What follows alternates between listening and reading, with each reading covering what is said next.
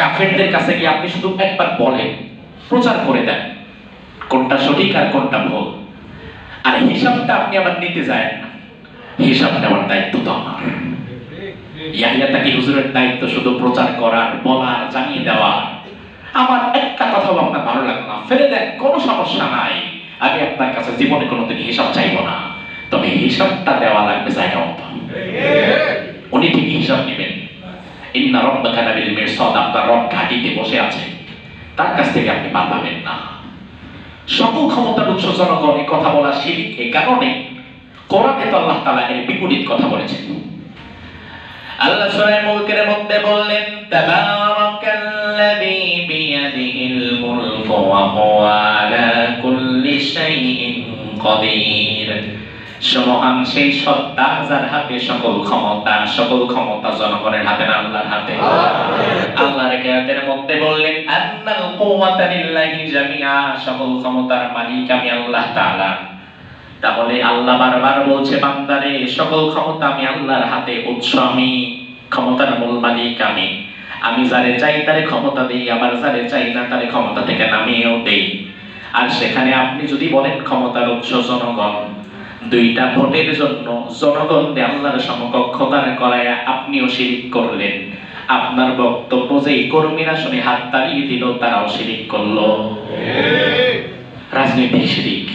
বাদ দেন, বাদ দেন। কয়দিন বাঁচবেন দুনিয়াতে? কয়দিন? কত দাপুটে নেতা মৃত্যু হয়ে গেছে, আজকে তাদের নামও মানুষ আর মনে রাখে না। খালেদা জিয়া এখন বেঁচে থাকলে বাংলাদেশের সর্বোচ্চ ক্ষমতাধর ব্যক্তি তিনি হতেন, আজকে কবরে চলে গেছে। 2 দিন পরে তার নামও মুছে যাবে। বর্তমান আমেরিকার প্রেসিডেন্ট নাম কি? নাম কি? ডোনাল্ড ট্রাম্পের নাম আপনারা যেমন জানেন, মানিকগঞ্জের মানুষ জানে না, উত্তরবঙ্গের রিকশাওয়ালা জানে না, উগান্ডার মানুষ জানে না। কারণ কি? গোটা পৃথিবীর সর্বোচ্চ ক্ষমতা তার হাতে, গোটা পৃথিবী এখন তার নাম জানে।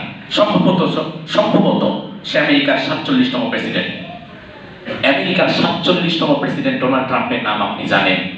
এবার আপনাকে আমি বলি, আমেরিকার 30তম প্রেসিডেন্টের নাম কি বলেন? জানেন? আপনি তো বিসিএস ক্যাডার, জানেন না কেন? আমিও তো জানি না। অথচ আমেরিকার 30তম প্রেসিডেন্ট যখন দুনিয়াতে বেঁচে ছিলেন, তখন গোটা দুনিয়ার মানুষ তার নামও জানত। আহারে, আজকে ডোনাল্ড ট্রাম্পের নাম জানে, 10 বছর 20 বছর পরে যান, এক নামও আর মানুষ মনে রাখবে না।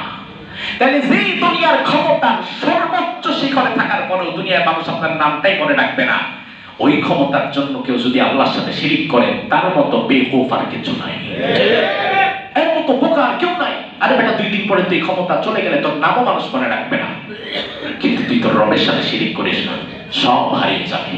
এজন্য আমার ভাই, এই সবে বরাতে সবার মাফ হবে, তবে মুশরিকের কোনো মাফ হবে না। 2 নাম্বার মাফ হবে না হিংসুকে। কার?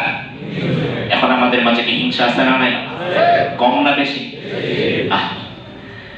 আল্লাহর হাবিব বলেন, আল হাসিদু ইয়াহতারিকু বিনারিল হাসাদ।